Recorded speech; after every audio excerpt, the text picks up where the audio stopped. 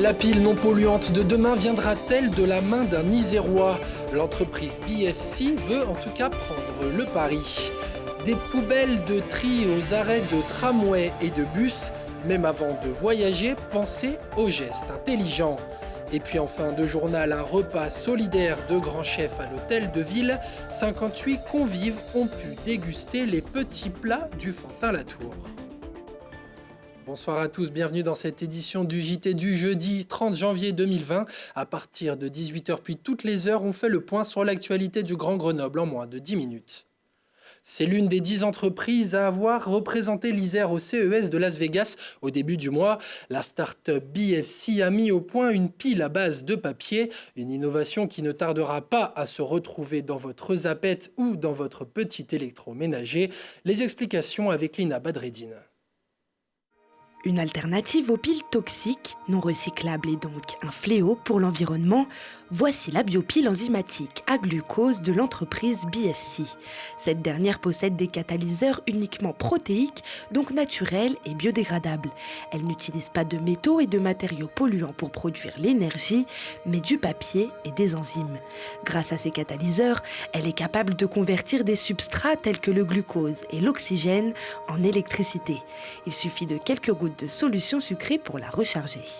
Du fait que ces catalyseurs sont biologiques, donc je peux les immobiliser sur un substrat conducteur, dans notre cas c'est du carbone, et ensuite je peux mettre des membranes en papier et aussi tous les composants qui sont autour. Ce sont des feuilles très fines. Ça mène finalement à un biopile flexible, très mince, et qui peut produire des milliwatts d'énergie ou de puissance. Cette pile n'est pas destinée à être utilisée pour de gros engins et a une faible durée de vie. Elle a plutôt vocation à alimenter des appareils électroniques jetables ou à durée déterminée, des microprocesseurs, puces de transmission Wi-Fi, Bluetooth ou certains appareils médicaux. Elle a par exemple été testée sur des tests de grossesse avec lesquels le résultat a été concluant. Beaucoup de compagnies, de grands groupes nous ont contactés pour en fait réduire leur impact sur l'environnement. Ils savent que l'utilisation de piles à boutons est un problème pour l'environnement, vu que principalement le lithium est très toxique pour l'environnement.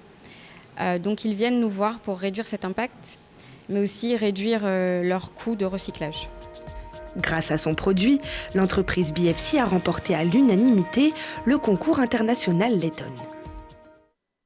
Dans le domaine de l'énergie, BFC n'était pas la seule entreprise iséroise puisque Limatech, Wise Integration et Gullplug étaient présentes sur les mêmes thématiques.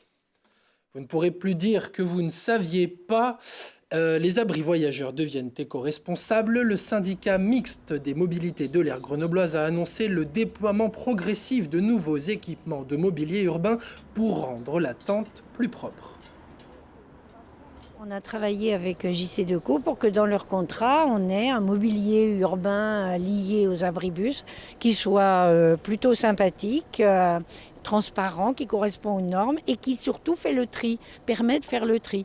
Parce qu'on doit contribuer tous, chacun à notre endroit, aux enjeux de transition écologique. Et puis surtout, moi ce que je pense très important, c'est le poteau anti-mégots, pour les mégots, parce que on sait que c'est extrêmement polluant, que nos trottoirs en sont couverts et que j'ai grand espoir que les gens comprennent l'intérêt de ces poteaux et puis qu'on puisse les déployer s'ils démontrent leurs effets. Au total, ce sont 22 poteaux cendriers qui vont être installés et 2 bacs de tri qui seront prochainement déployés sur les 1040 abris voyageurs du territoire. Un menu gastronomique dans les salons de l'hôtel de ville, à l'initiative du chef du Fantin-Latour en partenariat avec le Centre communal d'action sociale. Ce repas était à destination d'une 60aine de bénéficiaires de différentes structures de la ville. Loïc Cognet. Des sourires, de la bonne humeur, de l'entraide et le bonheur de se sentir entouré le temps d'un repas, c'est le moment qu'ont pu partager 60 personnes parmi les plus démunis afin d'oublier les tracas du quotidien. À l'initiative de cette belle opération, l'équipe du restaurant gastronomique du Fantin-Latour, qui n'a pas hésité pour l'occasion à mettre les petits plats dans les grands. J'ai pensé à des gens qui étaient un petit peu plus en difficulté, qui étaient malheureux, qui n'avaient pas les moyens ou qui étaient seuls. Et je me suis dit, il faut que je fasse profiter une soixantaine de personnes. Donc j'ai appelé le CCAS de Grenoble. Et je dis voilà, je voudrais offrir un repas pour 60 personnes de ma composition. On n'a fait que des choses qui étaient gourmandes, des bons produits.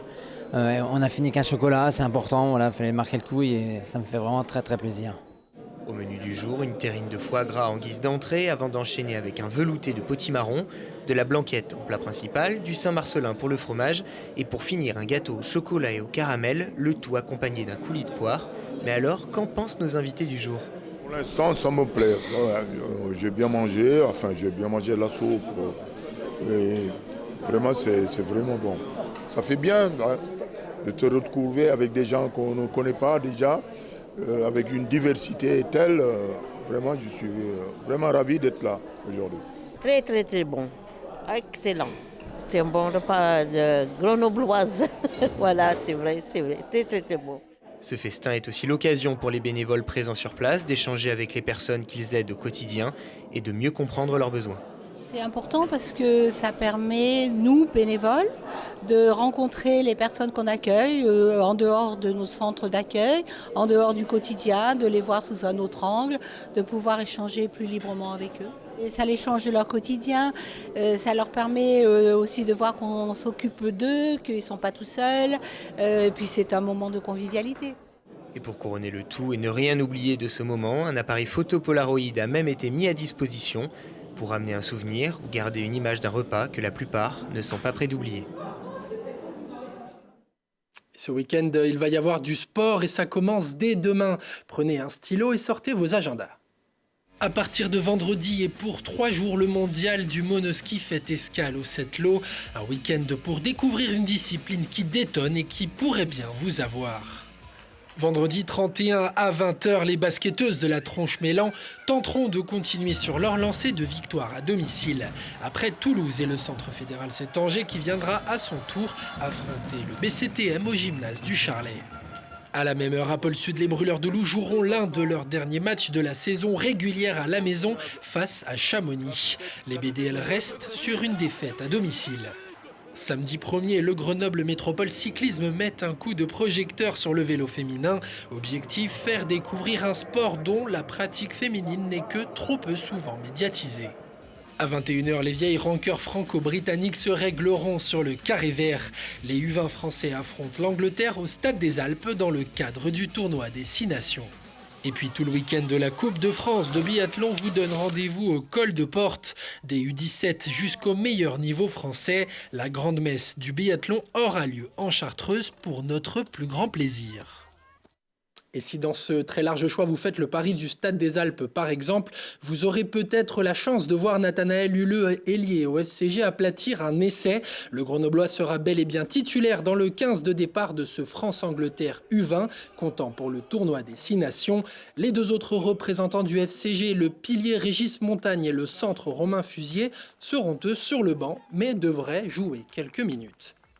À 20h15, 22h15, si on parlait aujourd'hui avec ses invités, Thibault Leduc revient sur le parcours du chanteur Dalé, révélé dans l'émission Nouvelle Star. Le chanteur Dalé vous emmène sur les pistes des Sept-Lô pour remettre au goût du jour la glisse des années 80.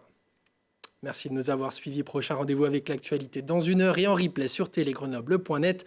Bonne soirée à tous.